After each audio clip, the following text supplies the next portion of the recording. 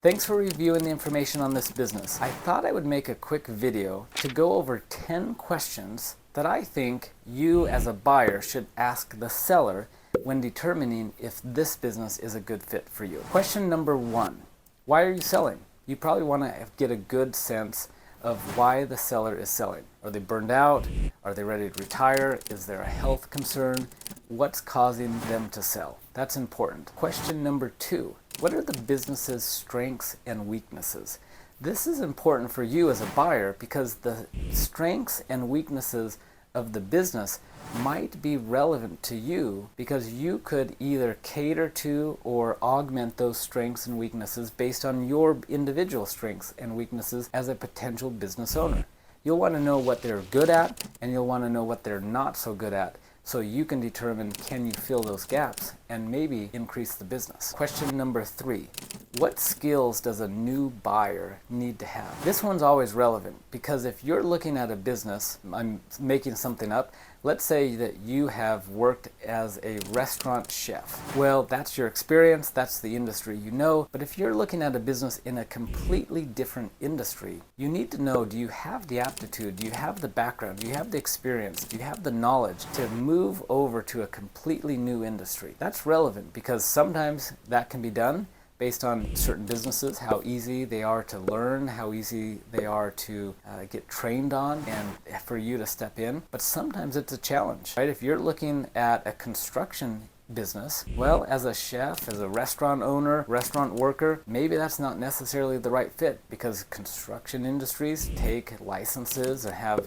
certain requirements that you might not necessarily have. So you want to ask the seller, what is the skill set that a new owner needs to have? Number 4, how many hours per week do you work on the business? This is highly relevant because as a buyer, you want to know, are you buying into a business that's going to take 10 hours a week? Are you buying into a business that's going to take 50 hours a week? And I'm not saying necessarily one's right or wrong. I just want you to know what you're getting into based on what does it take to replace the current seller. If the current seller's putting in 40 hours a week, you probably should plan on putting in 40 hours a week unless you have your own management team or someone else that you're going to bring in to replace that owner. Question number 5. What do you do on a day-to-day basis? This is relevant because it gives you a good indication. Are they out in the field working hard right next to the employees? Are they in the office doing accounting and administrative tasks? Either way, you want to know that so that you can see yourself or imagine yourself, can you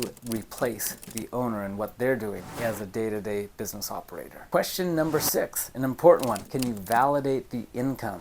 This one's important because essentially that's what you're buying when you buy a small business. You're buying cash flow. You're buying income. And you need to be able to walk in, look at their financials, and have confidence that those financials are valid and they're accurate and that they'll continue on. I'm always a little bit leery. Some businesses, it's just the nature of the businesses. If you find a laundromat with good, clean financials, you found a unicorn. It doesn't happen very often. But most businesses, if they're claiming that they make X amount of profit per year, they should be able to document that and back that up. And that's important to you as a buyer to make sure that you can document and back up that cash flow that you're essentially buying or taking over. Question number 7, can you tell me about the employees? Who does what? How many employees are there? Are they part-time? Are they full-time? Are they independent contractors? Are they W-2 on salary? Are they hourly? And what do they do? You want to get a general idea of who does what in the business. Now, you don't need names necessarily.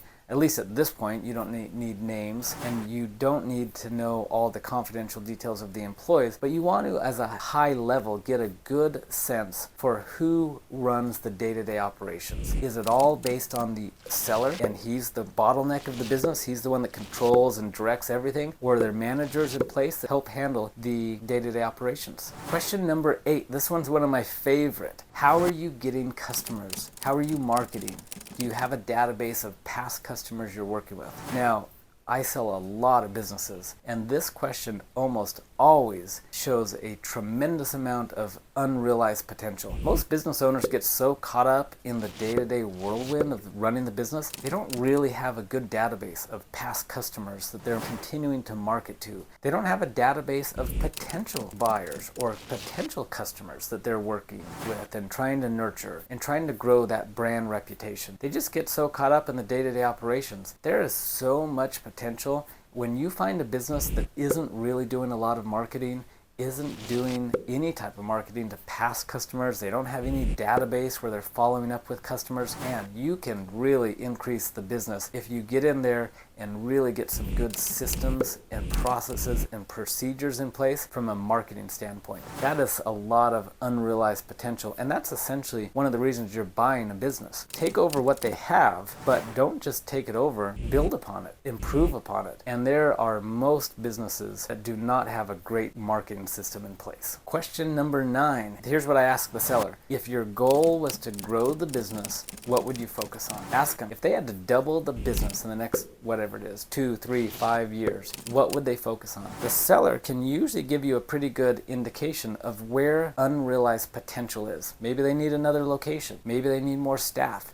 Maybe they need whatever it happens to be. They'll give you some really good insight, and that essentially gives you a general roadmap on what you need to focus on as a potential new owner to grow that business. And finally, question number 10, what does the seller look for? What do they want in this transaction? Sometimes they want money. That's all they care about. Just give me a good asking price. Well, then you gotta be flexible on the terms. Sometimes they want to be firm on the terms. Well, then the seller's gotta be flexible on the asking price. Sometimes they care about their employees. Oh, for a lot of sellers, their employees are their family. They care about really finding a good, honest, hard-working buyer that can come in and take care of their employees. You won't know that until you ask them. So I always ask, what do you need to know from a seller's standpoint as what are they looking for in the transaction from a buyer quality? This question is important because it will tell you exactly what the seller is looking for. And that way you can cater to them and find out, are you the right fit as a buyer for their business? I hope you enjoyed this video. If this business that you're looking at is a good fit, let's set up a time to talk